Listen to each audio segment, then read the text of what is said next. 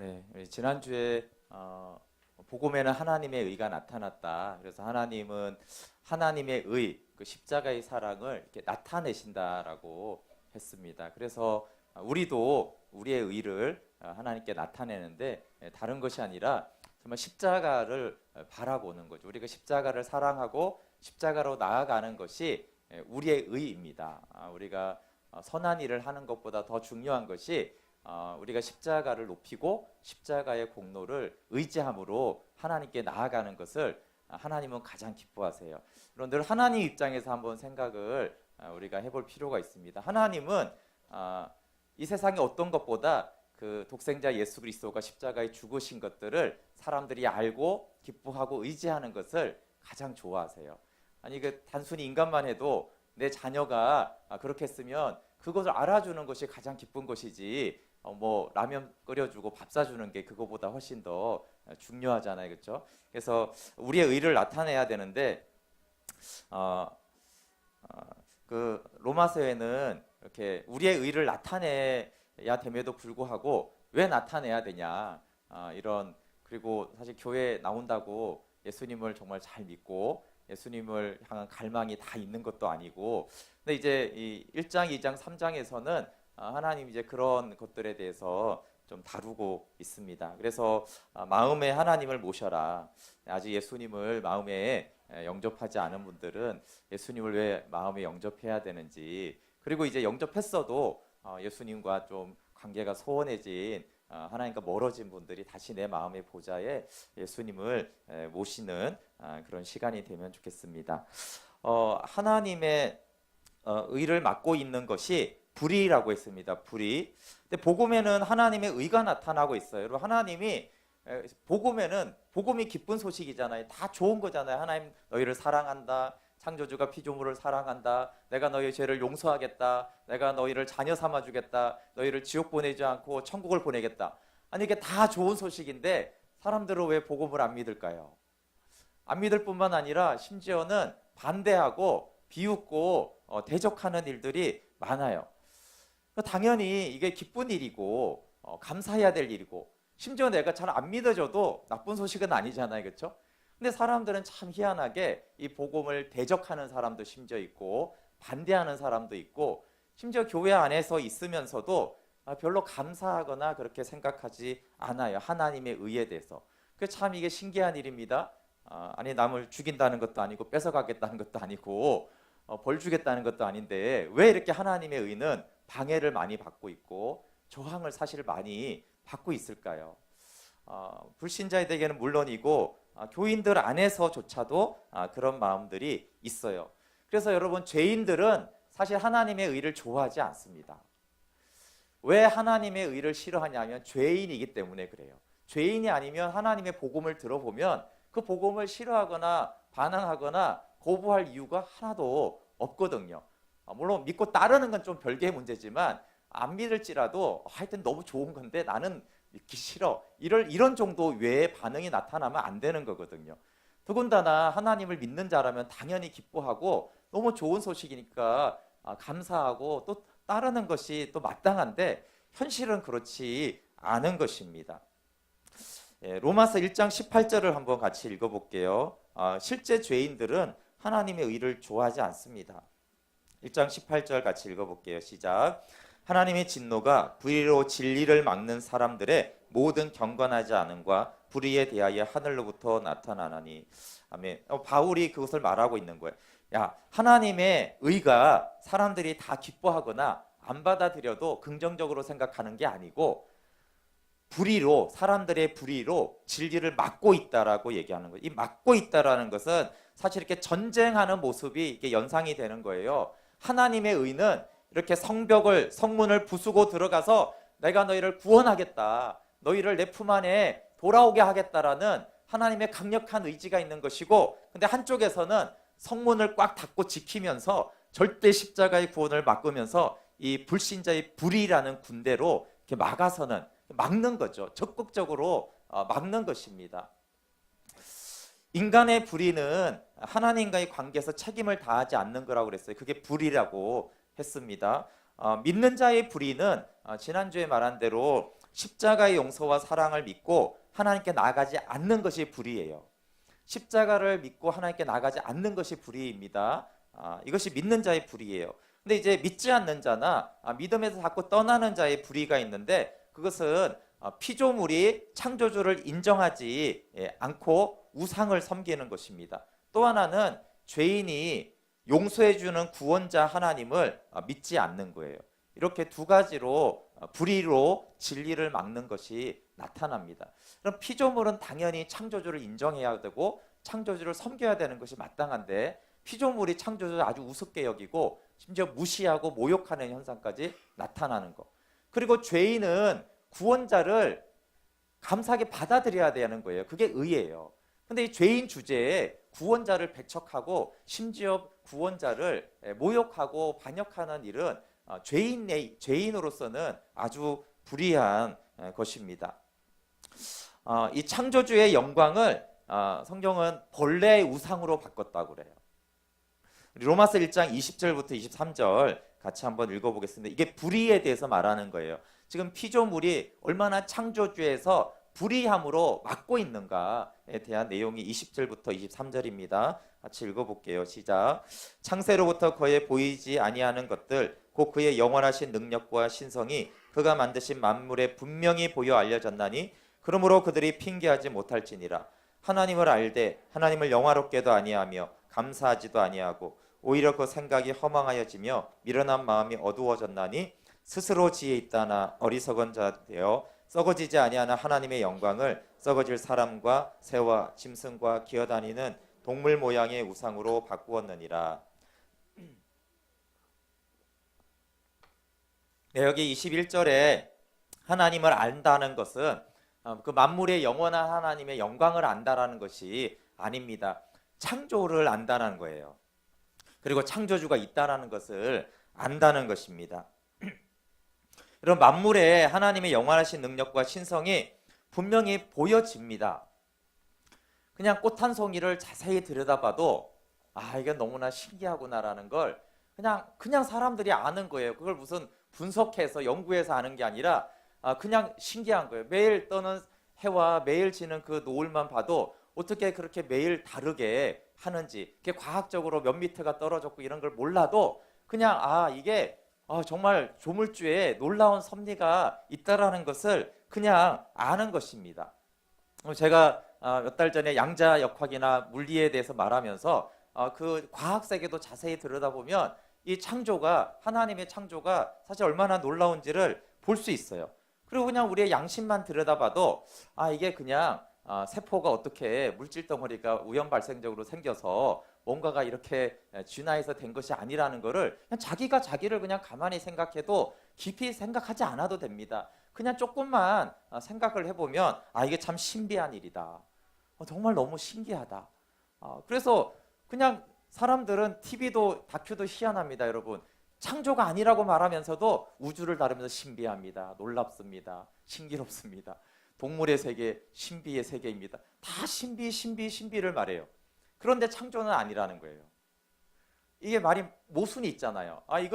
이게 당연한 우연의 결과입니다. 그럼 이렇게 말을 해야지, 왜 모든 것을 그렇게 사람들은 신기하다, 신비하다, 놀랍다, 이해를 넘어선다, 이렇게 사람들은 말을 하면서, 그렇지만 이것은 창조된 게 아니라 우연 발생적으로 된 것이라고 이야기를 합니다. 그러니까 바울이 말하는 것은 인간은 사실은 믿으나 믿지 않으나 그냥 안다는 거예요. 보면은 이 만물 속에 있는 인간을 연구하든 자연을 연구하든 우주를 연구하든 심리를 연구하든 너무나 놀랍다라는 것을 다 알 수가 있습니다. 그런데 억지로 과학이나 이성이라는 이름으로 창조를 부정한다라는 것이에요. 하나님을 알면서 그러면 이제 피조물이 하는 일이 뭡니까?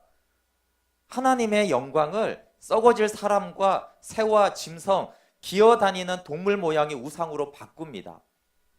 그냥 창조를 인정하지 않는 것 정도로 끝나지 않고 사람인 황제를 자기가 신이라고 하나님이라고 그렇게 이제 부르라고 하고 믿으라고 하는 거예요. 사람이 창조주가 아닌 것은 누구나 알매도 불구하고 그 인간을 신이라고 부른다니까요. 근데 다 알아요. 자기도 알고 남도 알아. 제가 신이 아니라는 걸. 근데 놀랍게도 신으로 섬긴다는 거예요. 그러면 사람이 아닌 걸 알면은 여기 짐승들, 기어다니는 뱀, 벌레가 창조주가 아닌 거는 너무 잘 알잖아요. 근데 놀랍게도 그런 수많은 우상들을 뱀을 가지고 신이라고 섬기고 온갖 코끼리나 원숭이나 심지어 벌레까지도 사람들은 저게 신이라고 하면서 실제로 섬깁니다.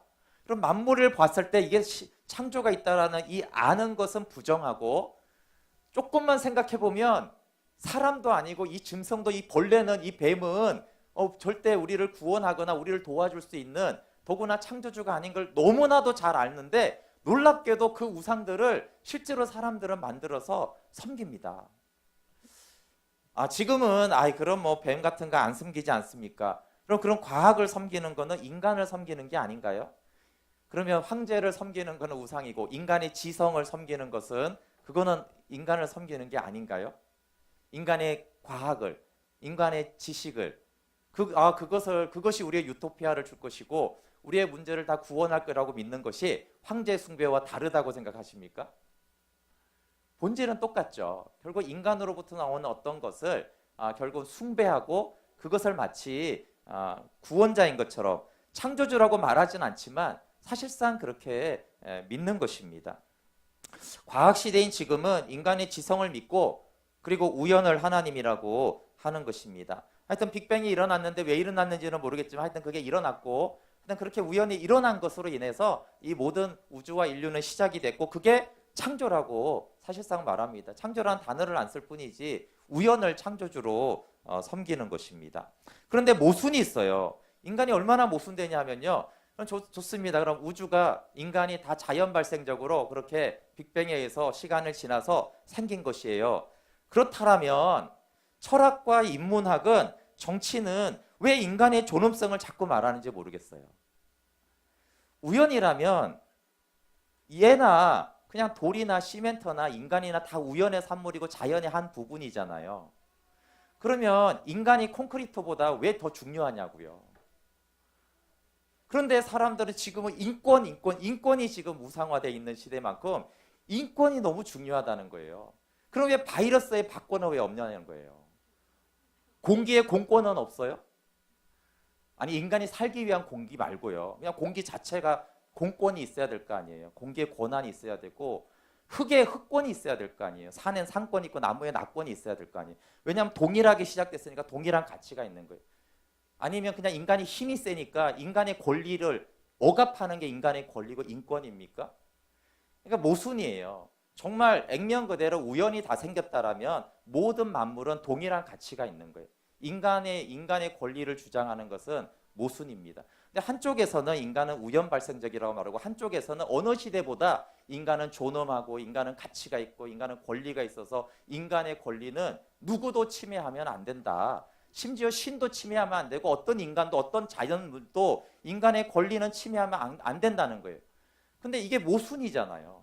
그러니까 일관되게 우연의 산물이라고 다 가든지 아니면 뭔가 처음부터 존귀하게 된다고 하는지 그러니까 이 사실 이 지성이라는 과학도 지성이고 인문학과 철학도 지성인데 이 양쪽 지성이 사실은 너무 충돌된 얘기들을 하고 있어요. 이게 정말 인간의 합리적인 지성이겠습니까? 피조물이 불의에 대해서 그래서 이게 하나님 보시기에 너무 한심한 거예요. 아니 쟤네들 왜 저러고 있을까? 그래 나를 부인하려면 처음부터 끝까지 완전히 부인하는 그런 가치로 그렇게 살아라. 아니면 나를 인정하든지. 이거 굉장히 막 이쪽에서는 유리한 대로 결국은 인간이 자기가 하나님 노릇하고 싶은 대로 이쪽이 유리하면 우연이다. 이쪽이 유리하면 존엄하다. 이런 식으로 이제 인간이 다 가장해서 만드는 거예요. 그래서 하나님 보시기엔 그게 너무나 우스운 지성이고 우스운 논리로 또 우스운 교만이기 때문에 하나님이 이 불의에 창조주를 모욕하는 이 피조물들의 장난에 대하여서 하나님이 진노하신다라고 말씀하고 있어요. 우리 1장 24절부터 25절 같이 한번 읽어볼게요. 24절 25절 시작. 그러므로 하나님께서 그들의 마음의 정욕대로 더러움에 내버려 두사 그들의 몸을 서로 욕되게 하게 하셨으니 이는 그들이 하나님의 진리를 거짓 것으로 바꾸어 피조물을 조물주보다 더 경배하고 섬김이라. 주는 곧 영원히 찬송할 이시로다. 아멘. 네, 하나님의 심판이 특별한 게 아닙니다. 하나님의 심판은 뭐냐면 그냥 내버려 두는 거예요. 내버려 두는 것이 심판입니다. 그래서 여러분 하나님이 심판한다고 그래서 하나님이 뭐 지옥 보낸다고 그래서 하나님이 이렇게 의도적인 어떤 심판을 하는 게 아니에요. 하나님이 그냥 내버려 두면 인간은 심판 가운데 살다가 지옥을 가는 거예요. 그게 심판인 것입니다. 그래서 여기도 마음의 정욕대로, 이 보면 마음이 막 너무 더럽혀져 있잖아요. 이거 이미 더럽혀져 있어요. 그래서 불의한 인간의 마음 상태가 어떤 상태냐면 마음의 정욕으로 더럽혀져 있다라고 말해요. 그럼 왜 마음이 이렇게 더러워졌습니까? 마음이 이렇게 더러워진 것에 대해서 25절에 보세요. 25절에 보면은 이는 왜 이렇게 더러워졌고 내버려 두냐 하면 피조물을 조물주보다 더 경배하고 섬기기 때문에 그래요.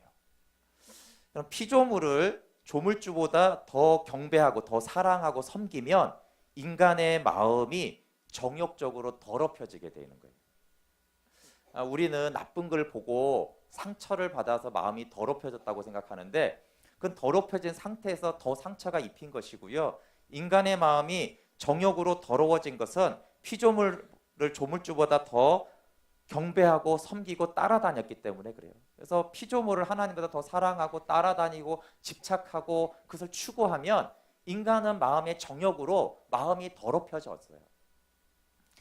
그래서 왜 인간의 마음이 이렇게 타락하고 더러워졌을까? 왜 이렇게 정욕이 가득할까의 이유를 아는 게 너무 중요해요.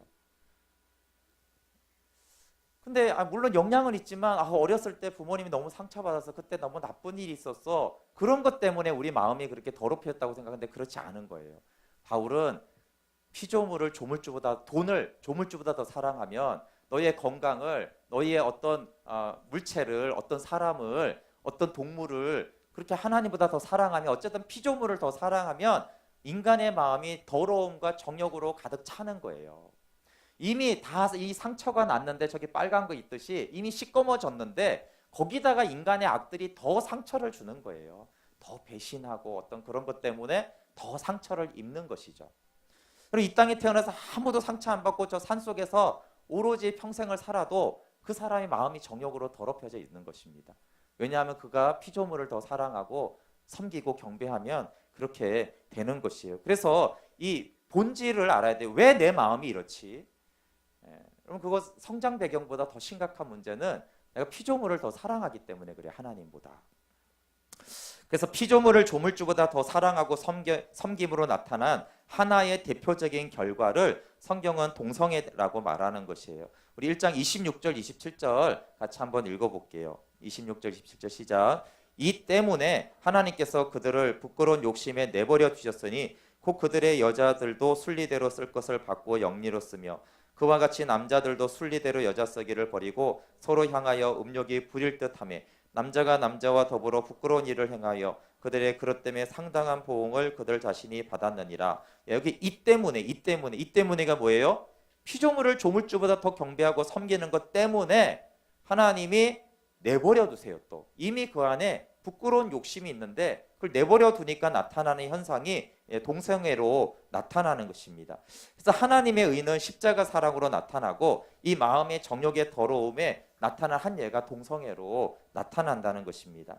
이 동성애는 두 가지의 특징이 있습니다. 이 동성애는 다른 죄들과 함께 유독 지정한 것은 동성애가 특징이 있기 때문에 그래요.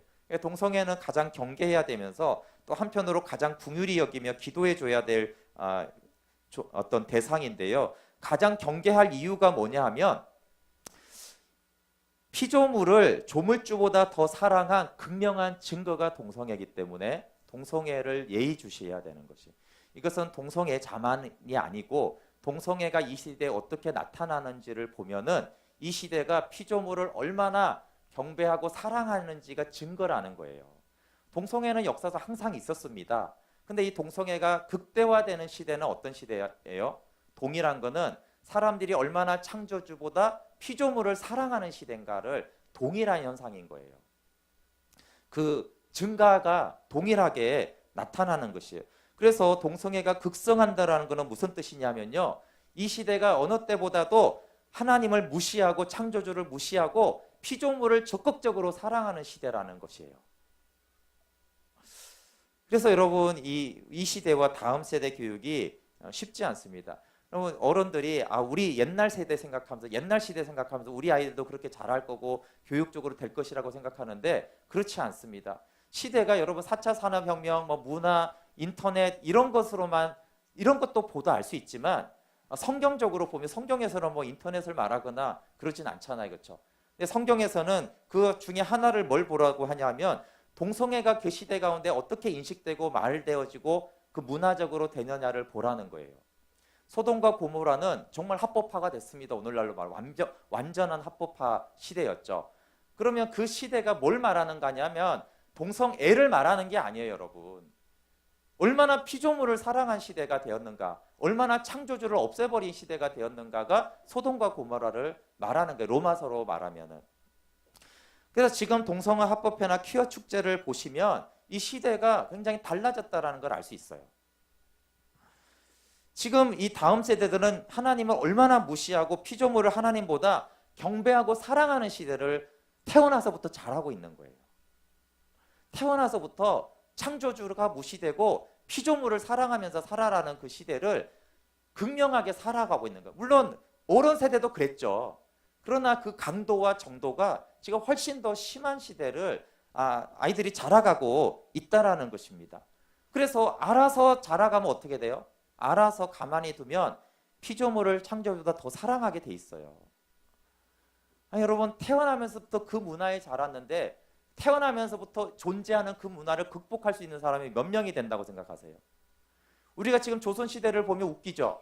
여러분 조선시대에 태어나서 자란 사람이 조선시대의 한계를 벗어날 수 있는 사람이 조선시대 중에 몇 명이 있다고 생각하세요?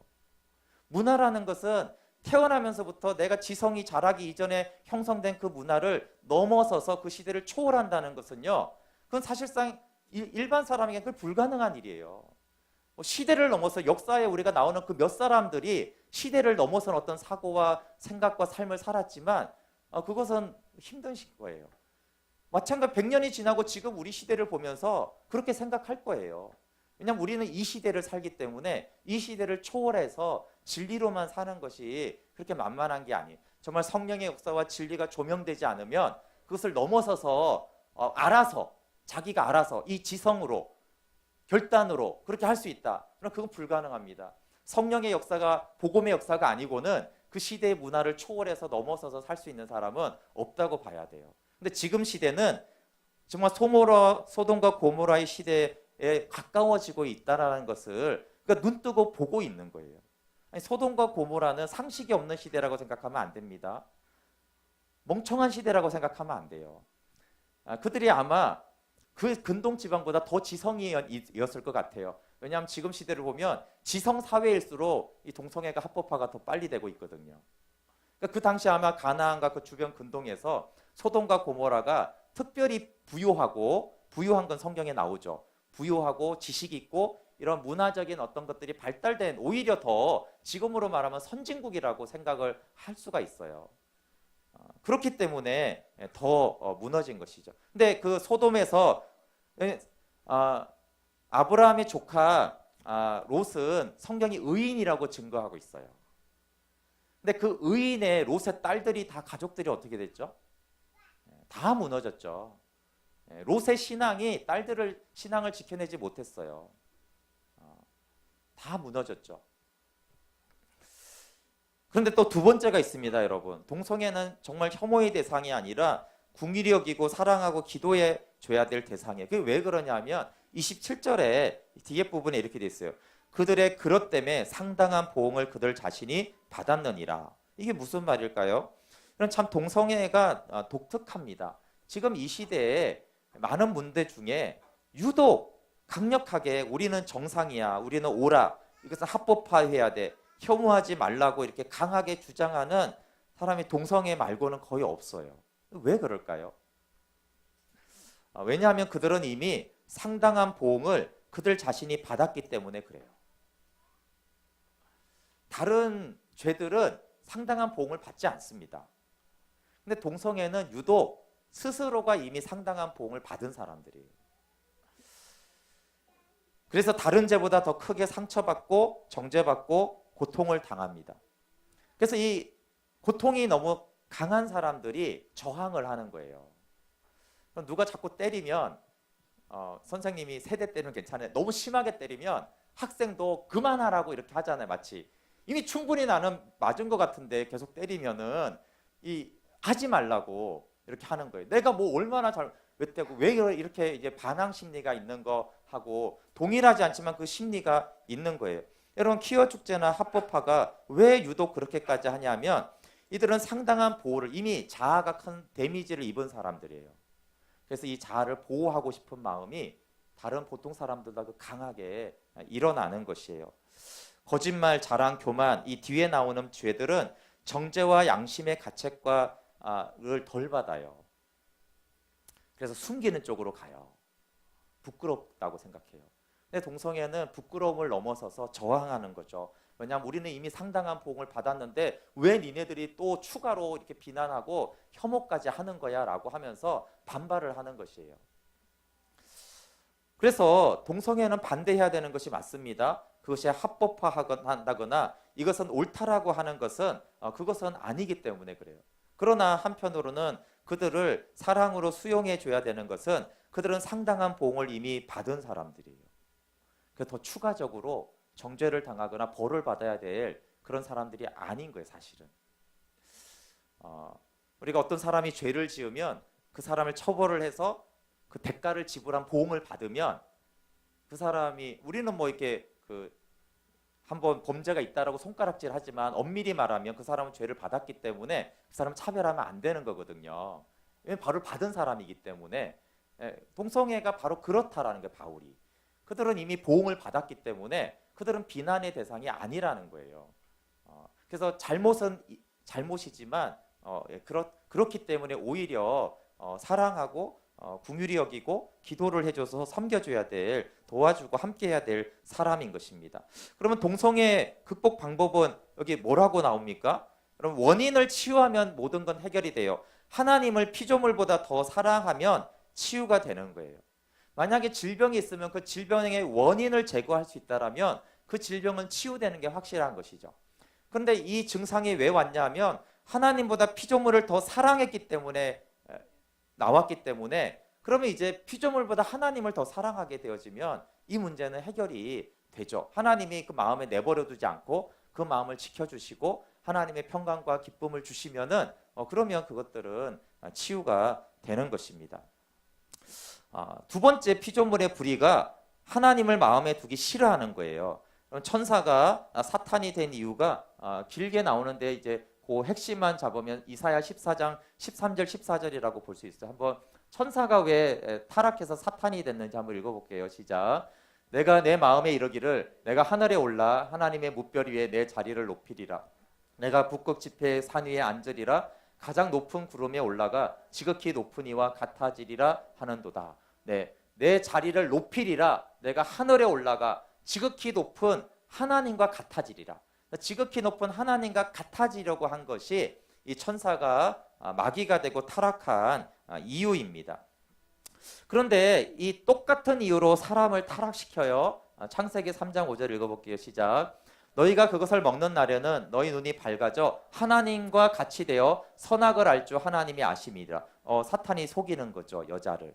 보세요. 여기 지극히 높은 이와 같아지 하나님과 같아지리라. 하나님과 같이 되어 똑같은 이유로 천사가 마귀로 타락하고 존귀하게 창조된 사람이 죄인으로 타락하게 되어집니다. 하나님이 죄를 사해주고 하나님의 자녀 삼고 천국 가게 하는 이 복음을 왜 거부할까? 처음에 던진 질문이 여기에 있는 거예요. 왜 복음을 거부하냐면 나는 하나님과 같이 돼야 되니까. 하나님 같이 되고 싶으니까. 즉 내가 하나님인 것처럼 생각하고 행동하고 말하고 그렇게 살고 싶으니까 그런 거예요. 1장 28절 한번 읽어볼게요. 여러분 복음을 받아들인다는 것은 그 대상을 믿는 게 아니라 마음에 하나님을 두는 거거든요. 1장 28절 읽어볼게요. 시작. 또한 그들이 마음에 하나님 두기를 싫어하며 하나님께서 그들을 그 상실한 마음대로 내버려 두사 합당하지 못한 일을 하게 하셨으니. 네, 여기 마음은 마인드입니다. 마인드. 사고적인 마음이죠. 근데 이 마음에 하나님 두기를 싫어하는 거예요. 왜 그래요? 마음에 하나님을 두면 누가 왕이에요? 하나님이 왕이에요. 하나님이 왕이면 내가 하나님처럼 못 되죠. 하나님은 왕이고 나는 종이고 백성이라는 서열이 생기기 때문에 더 이상 하나님같이 되리라라는 이 목적을 내려놔야 돼요. 그래서 복음이 다 좋은 소식인데 만약에 복음을 받아들이면 내가 하나님같이 되려는 이 내 야망을, 내 죄성을 포기해야 되기 때문에 복음을 거절하는 것이죠. 그래서 이 하나님처럼 되리라, 하나님 노릇하리라는 죄인을 구원하는 예수님을 사람들이 거절하는 거예요. 그런데 성경이 가장 큰 죄를 뭐라고 하냐 하면 동성애나 살인이나 어떤 다른 게 아니고요. 예수님을 믿지 않는 게 죄라고 해요. 한번 같이 읽어볼게요. 시작. 그러나 내가 너에게 실상을 말하노니 내가 떠나가는 것이 너에게 유익이라. 내가 떠나가지 아니하면 보혜사가 너에게로 오시지 아니할 것이요. 내가 가면 내가 그를 너희에게로 보내리니 그가 와서 죄에 대하여 의에 대하여 심판에 대하여 세상을 책망하시리라. 죄에 대하여라 하면 그들이 나를 믿지 아니함이로. 9절 말씀이 중요해요. 성령님을 보내시는데 성령님이 세 가지를 책망하는데 특별히 죄를 어떻게 책망하냐면 이게 죄다라고 하는데 그 책망하는 게 뭐냐면 너희들 나쁜 짓 했지, 욕했지, 음란했지 이런 걸로 하는 게 아니고요. 그들이 나를 믿지 않는 거예요. 여러분 사람이 하나님 보내신 예수 그리스도를 믿지 않는 것이 성령이 말하는 죄라는 거예요. 성령님이 딱 한 가지 죄를 언급한다면 성령님은 너희가 예수님을 믿지 않는 게 죄라는 거예요. 왜 그래요? 이것은 사실 어려운 얘기가 아닙니다. 제가 탕자 얘기를 자주 하는데 탕자의 첫 번째 죄가 뭐예요? 아버지를 반역하고 아버지의 재산을 가지고 상처 주고 떠나가서 허랑방탕하고 죄 짓고 사는 거예요. 이게 첫 번째 죄입니다. 그런데 만약에 이제 우리가 달려와서 탕자가 돌아오고 아버지가 달려와서 안아주고 씻어주고 회복시켜주고 사랑해주는데 탕자가 갑자기 아버지를 확 밀어내는 거예요. 웃기지 말라고. 언제부터 나한테 이렇게 했냐고. 이거 다 옛날부터 가짜인데 지금도 또 쇼하고 있다고. 막 화내면서 당신 같은 사람이 무슨 아버지라고 꺼져버리라고. 이렇게 탕자가 하면 처음 지은 죄가 있어요. 그렇죠? 아버지를 반역하고. 근데 그 탕자를 다 용서해주고 다시 아들의 상속권을 주고 온전한 사랑과 기쁨으로 맞이하는 그 아버지를 다시 믿지 않고 다시 거절하고 다시 배역했을 때 이 두 번째 죄, 그러니까 첫 번째 죄와 두 번째 중에 뭐가 더 큰 죄예요? 두 번째 죄가 훨씬 더 큰 죄예요. 이 구절이 그걸 말한다는 거예요. 너희 인간이 이미 타락하고 죄짓고 온갖 하나님을 반역한 죄가 이미 충만하고 그것으로 이미 반역과 심판을 받기에 진노가 합당한데 근데 하나님이 그런 너희들을 예수 그리스도를 보내주셔서 용서하시고 사랑하시고 하나님의 자녀 삼아주시고 하나님 품 안에서 영광을 보며 천국에도 들어가게 하는데 그거를 다시 한번 배척하고 거부하는 그 죄는 그 죄가 어떻게 씻을 수 있냐는 것이고 그 죄보다 더 큰 죄가 이 땅에 있겠냐는 거예요. 살인의 죄보다 그 살인의 죄를 용서해 줬는데 그 용서를 거절하는 이 살인자는 도대체 어떻게 해야 되냐는 말이에요. 그래서 하나님이 보실 때 성령님이 너희가 예수님을 믿지 않는 죄가 가장 큰 죄라는 거예요. 여러분 그래서 예수님을 믿어야 돼요. 예수님을 믿지 않는 죄가 어떤 흉악범보다도 심각한 죄를 짓고 있는 거예요. 더군다나 이런 복음의 말씀을 들었는데도 그래도 나는 못 믿겠어. 믿기 싫어. 마음에 모시지 않을 거야. 여러분의 인생에서 가장 크게 지은 그 죄도보다 지금 예수님을 믿지 않는 죄가 더 큰 거예요. 죄인은 십자가에 나타난 하나님의 사랑과 구원을 받아들여야만 하는 거예요. 달려와 안아주는 아버지를 어떻게 탕자가 밀어내면서 지가 잘난 척할 수가 있어요. 그것처럼 패역한 자들이 어디 있겠어요. 앞에 죄가 없다면 그냥 아버지께 한번 반항했다 이렇게 귀엽게 봐줄 수 있지만 한번 죄를 저지른 자가 그걸 용서해주고 사랑해주는 자를 다시 배반하고 믿지 않는 것은요, 그거는 끝없는 죄예요. 가장 큰 죄입니다. 그래서 여러분 이렇게 근데 근본 죄가 뭐냐면 마음에 하나님 두기를 싫어하는 거예요. 마인드라고 그랬잖아요. 이 마음에 하나님이 없고 온갖 잡다한 것으로 가득하면 하나님이 상실한 마음대로 내버려 두죠. 그러면 합당하지 못한 일을 하는 거예요. 왜 하나님이 내버려 둬서 이런 합당하지 못한 일을 하게 할까요? 그것은 나를 떠난 결과를 보라는 것이에요. 하나님 노릇을 하면 너희들이 행복해지는 게 아니라 비참해진다라는 것들을 알게 하시고 확정하는 것입니다.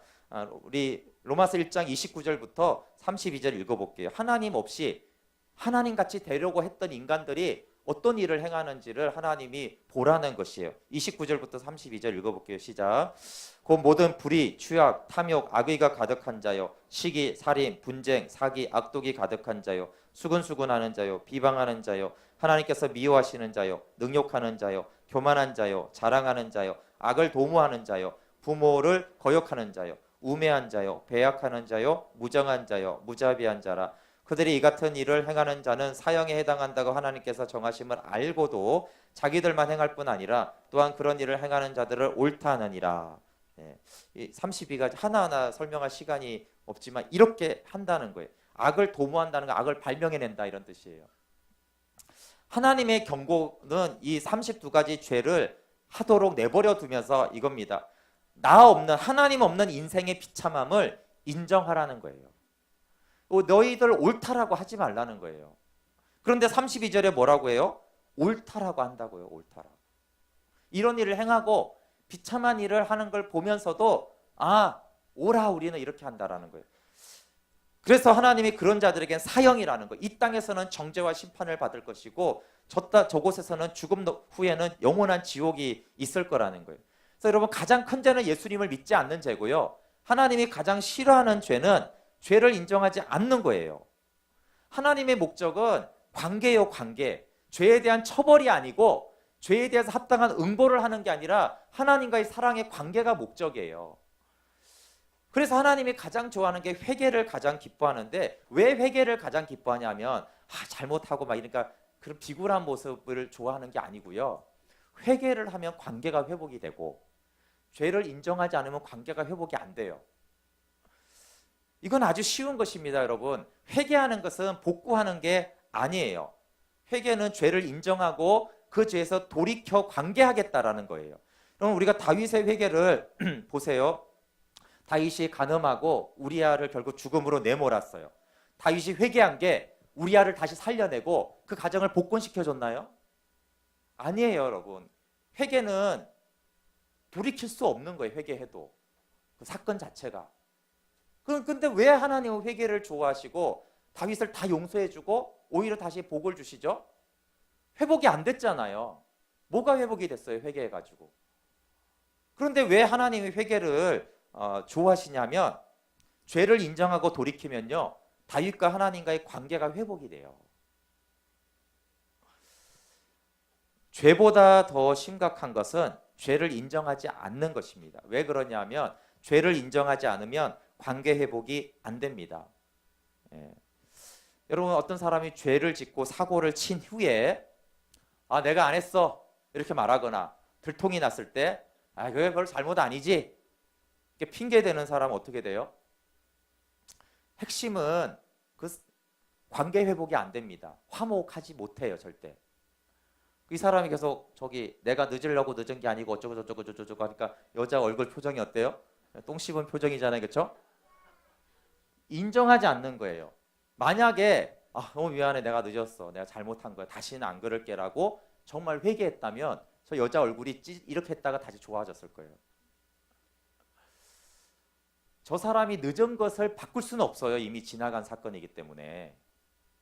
그러나 핑계대고 인정하지 않고 내가 옳다고 주장하면 죄는 죄고 관계가 깨진다는 거예요. 근데 회개하면 잘못 자체는 어떻게 안 돼요. 이미 지나갔기 때문에. 그러나 죄로 인해서 깨어진 관계, 화목은 치유가 돼요. 화목은 회복이 돼요. 그게 회개예요. 근데 회개의 전제 조건이 뭐냐면 인정하는 거예요. 인정하는 거예요. 내가 잘못한 게 맞다. 내가 늦었다. 내가 그렇게 했다. 정말 인정한다. 이것은 내가 돌이켜야 되고 다시 그렇게 하지 않고 바꾸겠다. 그러면 그 사실 자체가 없어지진 않지만 관계는 회복이 될 수 있어요. 근데 하나님이 사랑이시고 용서하기 때문에 관계가 회복돼요. 근데 물론 아이 싫어. 너는 그것도 안 돼. 이러면 이제 사람은 관계가 회복 안 될 수 있지만 하나님은 회개하면 용서해 주기 때문에 관계가 회복되는 것이에요. 그래서 하나님이 인정하기 원하는 죄가 여기 32가지가 기록이 돼 있어요.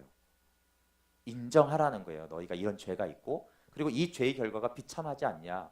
하나님 노릇하고 있어? 나 떠나서? 아니잖아. 하나님 노릇하지 비참하잖아. 행복해 진짜? 이런 거 하면 32가지 하면서 행복하니? 불행하지. 그래 나를 떠나면 그런 거야. 그러니까 인정하라는 거예요. 하나님은. 너희가 나를 떠난 결과가 하나님 노릇하는 게 아니고 행복해지고 기쁘지 않고 비참하고 불행하고 결국은 죽음으로 가고 있는 거야. 인정하라는 거예요. 그래서 32절이 가장 중요해요. 옳다 하지 말아라는 거. 옳다 하지 마. 근데 이 악한 자들은 끝까지 옳다고 자기 주장을 한다라는 것이에요. 그럼 32가지의 이 죄의 해결책은 마음의 하나님을 모시는 거예요. 물론 우리가 이걸 하지 않아야겠다고 결단하는 거 중요하는데 그렇게 해결이 안 돼요. 왜? 뿌리가 뭐라고요? 마음의 하나님 두기를 싫어해서 이게 생긴 거예요. 32가지가.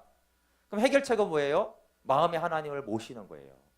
마음의 하나님을 모시고 그분이 나의 주인 될 때에 이 32가지의 이 죄악과 비참함과 불행이 없어지는 것이지 나는 자만하지 말아야지. 나는 자랑하지 말아야지. 그렇게 해서는 근원적으로 해결이 되지 않습니다. 그래서 이 죄로 인한 공허함을 인정하고 마음의 하나님을 모시면 복음을 통해 하나님의 의가 나타난다고 그랬어요. 우리 로마서 1장 17절 같이 읽어볼게요. 너희가 인정하고 정말 하나님 없는 인생, 하나님 내 마음이 없기 때문에 이런 불행한 내 인생이 되었습니다 라고 인정할 때 로마서 1장 17절에 하나님은 우리에게 의를 나타냅니다. 읽어볼게요. 시작. 복음에는 하나님의 의가 나타나서 믿음으로 믿음에 이르게 하나니 기록된 바 오직 의인은 믿음으로 말미암아 살리라 한것 같으니라. 복음에는 항상 하나님의 의가 나타나요. 그러니까 인정만 하고 회개만 하면 언제나 하나님의 의가 복음에 나타나기 때문에 하나님의 의로 품어주시는 것이죠. 그럼 죄인들에게 하나님을 배반하여 너무 미안하고 죄송한 사람들에게는 어떻게 하느냐 하면 우리 뒤에 가서 로마서 5장 8절을 같이 읽어볼게요.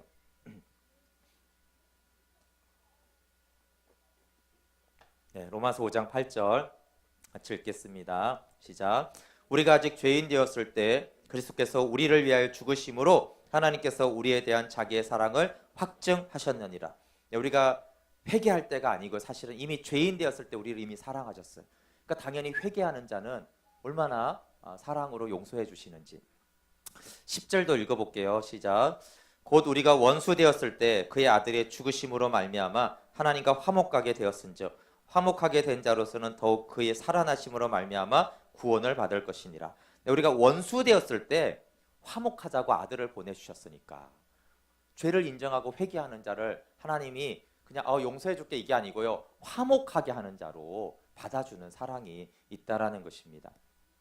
그럼 여러분 수고하고 무거운 짐진 자들은 어떻게 하나님의 의가 나타나냐면 여기 밑에 읽어볼게요. 시작. 수고하고 무거운 짐진 자들아 다 내게로 오라 내가 너희를 쉬게 하리라. 너무 지쳤어요. 너무 힘들어서 돌아갈 힘도 없어요. 그러면 오히려 와라. 내가 너희를 쉬게 해서 내가 너에게 힘을 주겠다라고 하나님의 의가 나타나 있습니다. 그럼 마음이 상한 자, 낙심한 자들에게는 하나님의 의가 시편 51편 17절에 나타나 있어. 같이 읽어볼게요. 시작. 하나님께서 구하시는 제사는 상한 심령이라. 하나님이여 상하고 통회하는 마음을 주께서 멸시하지 아니하시리라. 상하고 통회하는 그 마음 멸시하지 않으세요. 오히려 기쁘게 하나님의 의가 나타나서 상한 마음, 멸시받은 그 마음 받아 주십니다. 그럼 목마른 자들에게, 갈급한 자들에게, 메마른 자들에게 나타난 하나님의 의는 이사야서 55장에 있습니다. 같이 읽어볼게요. 시작. 오라 너희 모든 목마른 자들아 물로 나오라. 돈 없는 자도 오라. 너희는 와서 사 먹되 돈 없이 값 없이 와서 포도주와 젖을 사라. 목마른 자들에게 거저 주겠다는 거예요. 어제 심악산을 잠깐 올라갔는데 심악산 정상에서 아이스 깨끼를 팔면 2,000원. 좀 좋은 거는 5,000원. 네. 왜냐하면 산 위니까 목마른 자고 더운 자들에게는 원래 비싸게 팔잖아요. 근데 하나님은 목마른 자들에게 값 없이 돈 없이 거저 와서 사라고 하는 것입니다. 그리고 정말 모든 사람에게 사실 예외 없이 나타난 하나님의 의가 이사야서 53장 5절에 있습니다. 같이 읽어볼게요. 시작. 그가 찔림은 우리의 허물 때문이요 그가 상함은 우리의 죄악 때문이라. 그가 징계를 받음으로 우리는 평화를 누리고 그가 채찍에 맞음으로 우리는 나음을 입었도다. 예수님이 십자가에 찔림은 우리의 죄 허물 때문이고, 그가 상하심은 우리의 죄악 때문이고, 그가 왜 징계를 받았냐면 불안한 걱정하는 우리의 마음 때문에 평화를 주시고, 그가 왜 채찍에 맞으셨냐 하면은 우리가 질병에서 나음을 입게 하시려고 채찍에 맞았어요. 사실 여기에는 모든 사람들의, 왜냐하면 여기가 영적인 문제, 혼적인 문제, 몸의 문제가 다 있어요. 영적인 문제가 있느냐? 아니면 마음의 문제가 있느냐? 몸의 문제가 있느냐? 다 내게로 와라. 나에게 나타나 이 하나님의 의를 보고 먹고 경험하고 누리라고 하나님이 말씀하십니다. 결론을 내리겠습니다. 여러분, 마음에 하나님을 주인으로 모셔야 됩니다. 동성애는 하나님보다 피조물을 더 사랑하고 섬긴 결과예요. 그래서 이 시대를 여러분 정말 기도하고 깨어 있어야 돼요. 여러분이 동성애자가 아니어도 피조물을 조물주보다 더 사랑하는 시대에 살기 때문에 동성애를 말하는 게 아니고 이 세대에 살아가면 피조물을 조물주보다 사랑할 가능성이 너무 많고 그 유혹이 너무 많은 시대를 살아가고 있다는 걸 말하는 거예요. 그래서 여러분, 동성애 자체보다 그게 심각한 겁니다. 동성애 합법화가 진짜 심각하다고 생각하세요? 아닙니다, 여러분. 그게 아니고 피조물을 극렬하게 사랑하게 된 시대로 들어갔다는 게 큰 문제인 거예요. 아니, 순교하면 되잖아요. 근데 문제는 그 시대에 들어갔을 때 믿는 자들이 창조주를 너무 사랑해서 순교할 마음까지 있겠느냐라는 거예요. 너무나 극렬하게 피조물을 사랑하는 시대 속에서 타협하고 오염돼서 소돔과 고모라처럼 가는 그 위험성이 무서운 것이지, 로마 시대 핍박받았고 일제시대 핍박받았잖아요. 기독교 역사에 그렇게 핍박 자체가 그렇게 중요한 게 아니에요. 근데 문제는 핍박을 이길 힘이 있어야 되는데 핍박은 있고 그 이길 힘은 없어요. 왜냐하면 너무나 극렬하게 피조물을 너무 사랑하는 시대 속에 섞여서 들어가서 같이 살아가니까. 그러면 정말로 무너지는 것이죠. 그게 더 심각한 거예요. 그래서 창조주를 사랑하는 것, 그것이 이 시대에 우리가 더 깨어서 해야 되는 일이에요. 그러나 또 그렇게 하면 또 이 땅에 동성애가 점점 사라져 갑니다, 여러분. 동성애 현장에 나가서 반대하는 그 이상으로 중요한 것이 우리가 정말 하나님을 경외하고 그 땅에 죄를 사해달라고 기도하고 구하면 하나님 그 땅에 죄를 사하시고 이런 것들이 점점 작아져요. 그 마음에 하나님의 영광을 하나님이 나타내시면, 창조주를 더 사랑하게 되면 하나님의 영광이 있기 때문에 이런 것들이 사라져갑니다. 마찬가지로 32가지를 다 나열하기 어려워서 그렇지 이 32가지 죄들도 마음에 하나님 두기를 싫어하고 스스로 하나님처럼 되려고 한 결과물이에요. 해결책은 뭐겠어요? 똑같습니다. 내 마음의 주인으로 하나님을 모시고 항상 그분의 주되심을 인정하는 것입니다. 그러면 하나님이 도와주세요. 은혜로 죄는 덮어주시고 새 생명으로 살게 하십니다. 함께 같이 찬양하고 기도하겠습니다. 너 예수께 조용히